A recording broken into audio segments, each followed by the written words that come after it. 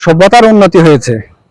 আগে মানুষ পাহাড়ের গুহায়, বনে জঙ্গলে, গাছের উপরে পাখির মতো বাসা করে থাকতো।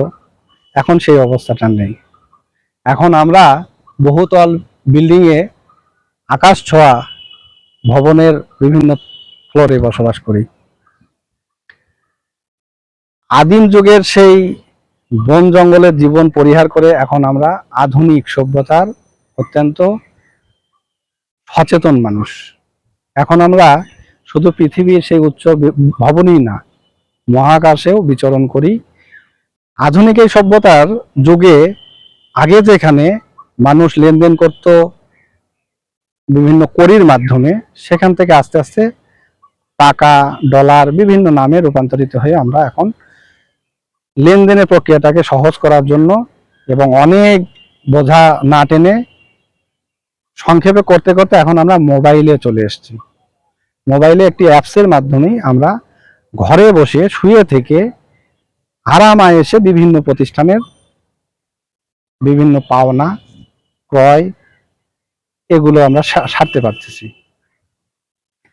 আগে যখন কড়িতে লেনদেন হতো তখন জলদস্যু, বনে দস্যু, ডাকাত, চোর এসবের উৎপাত ছিল।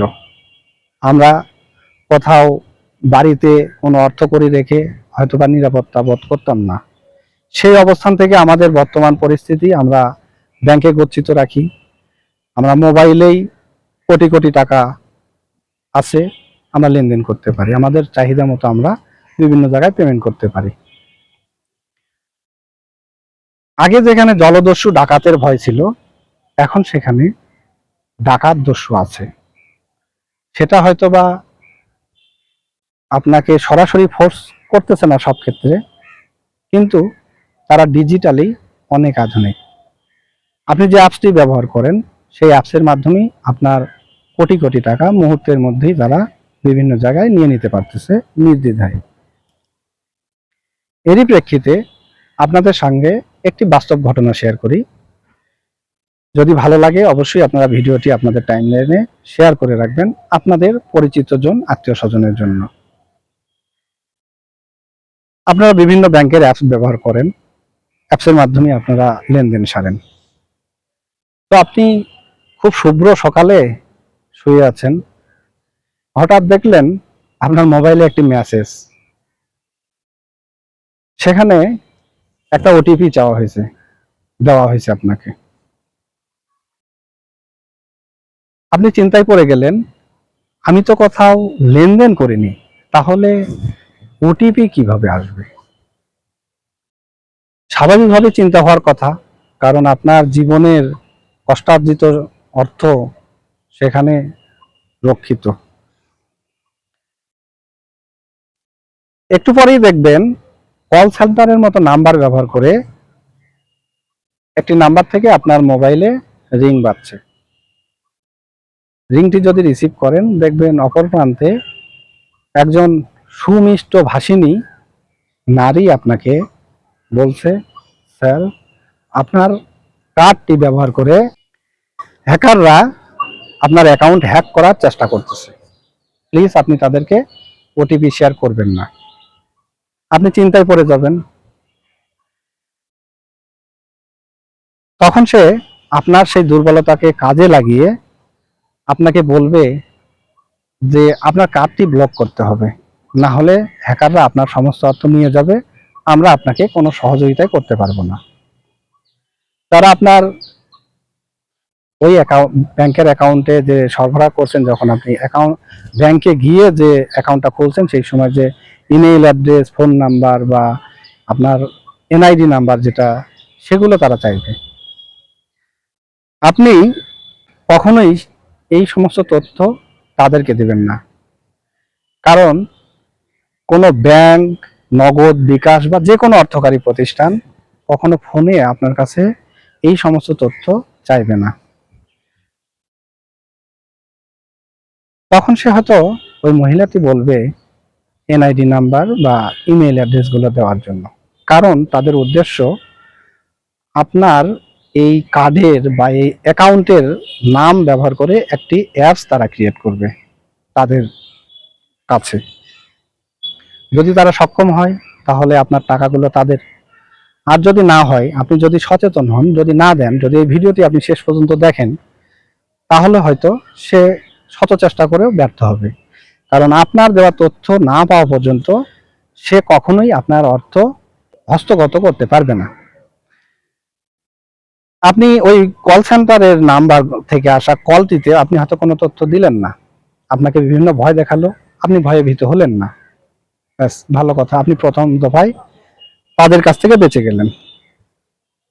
এখন দ্বিতীয় দফায় আপনাকে ওই ব্যাংকের নাম ব্যবহার করে কোনো একটা কর্মকর্তা পরিচয় দিয়ে অপর একজন ভদ্রলোক আপনাকে ফোন করবে, বলবে আপনাকে আমাদের কল সেন্টার থেকে ফোন করা হয়েছিল, আপনি তাদেরকে তথ্য দেননি, আপনার এখন আপনি যদি নিজেই এটা ব্লক না করেন তাহলে আপনার তথ্য টাকাগুলো অন্য কোথাও চলে গেলে আমরা আপনাকে হেল্প করতে পারবো না। সুতরাং আপনার হোয়াটসঅ্যাপ নাম্বারে আপনাকে আমরা একটা লিঙ্ক পাঠাচ্ছি, সেই লিঙ্কে প্রবেশ করে আপনি তথ্যগুলো দিন। এটা মনে রাখবেন। আর একটি সহজ ফাঁদ, আপনি ওই লিঙ্কে ক্লিক করলেন তো আপনার সমস্ত কিছুই তাদের নিয়ন্ত্রণে, আপনার চোখে পানি ছাড়া আর কিছু নেই।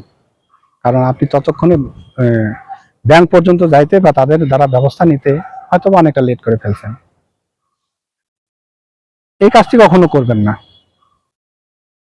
আপনাদেরকে টেলিভিশনে, মোবাইলে মেসেজ দিয়ে বিভিন্ন সময়ে সচেতন করে অর্থকারী প্রতিষ্ঠানগুলো, নগদ বিকাশগুলো, যে আমাদের মোবাইল ফোনে কোনো ওটিপি দেওয়া হয় না, এই সমস্ত ওটিপি কখনো শেয়ার করবেন না।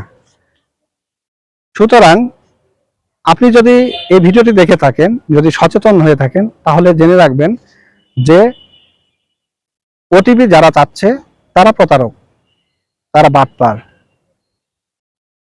আর যদি না দেখে থাকেন তাহলে সরল বিশ্বাসে আপনি তাদের তথ্যগুলো দিয়ে দেবেন, বিনিময়ে আপনি হাত শূন্য, আপনি কোটিপতি মুহূর্তেই ফকির। অনেক শিক্ষিত জ্ঞানী ব্যক্তি দেখেছি যারা এই সমস্ত ব্যাপারে প্রতারিত হয়ে আইনের দ্বারস্থ হয়েছেন, ভুগতে হয়েছে অনেক বন্ধুর পথ। কারণ এই সমস্ত প্রতারকদের অনেক রাস্তা যারা ইতিমধ্যেই জেনে থাকে কোনটার পরে কি করতে হবে, সুতরাং তাদের খুঁজে বের করা অনেকটা কঠিন হয়ে পড়ে। এই সমস্ত প্রতারণার যারা করে তাদের প্রধান হাত একটা খারাপ ভাষা। আপনাকে এমন ভাবে ভাষা ব্যবহার করবে যেন আপনি মাটির নিচে ঢুকে যাচ্ছেন, আপনাকে বিভিন্ন রাব ভাষায়, অকথ্য ভাষায় আপনাকে গালাগালি করা হবে, আপনার বাবা মা তুলে গালাগালি করা হবে। যারা বাস্তবতার সম্মুখীন হয়েছেন তারা হয়তো ভিডিওটিকে লাইক অবশ্যই করবেন, তারা জানেন। আমার জানা আছে এটা, যে এমন কিছু ভদ্র লোক আসছেন যারা বিভিন্ন ভালো প্রতিষ্ঠানের প্রথম শ্রেণীর কর্মকর্তা, তাদেরকে অকথ্য ভাষায় গালিগালাজ করা হচ্ছে। ইভেন তারা যে বাসা থেকে দোকান পর্যন্ত যাবে টাকাটা পাঠানোর জন্য, সেই সময়টা তাদেরকে দেয় না, না তাদেরকে কল কাটা যাবে না, কলে থাকতে থাকতেই সেখানে যেতে হবে। এদের প্রধান অস্ত্র আপনাকে ভয় দেখানো, না হলে আপনাকে অকথ্য ভাষায় গালিগালাজ করা। সচেতন হন, ভালো থাকুন, নিজের কষ্টার্জিত গচ্ছিত অর্থ নিরাপদে রাখুন। কোনো তথ্য ব্যাংক যদি চায় অবশ্যই আপনাকে প্রয়োজনীয় ডকুমেন্টস সহ আপনাকে ব্যাংকেই ডাকবে।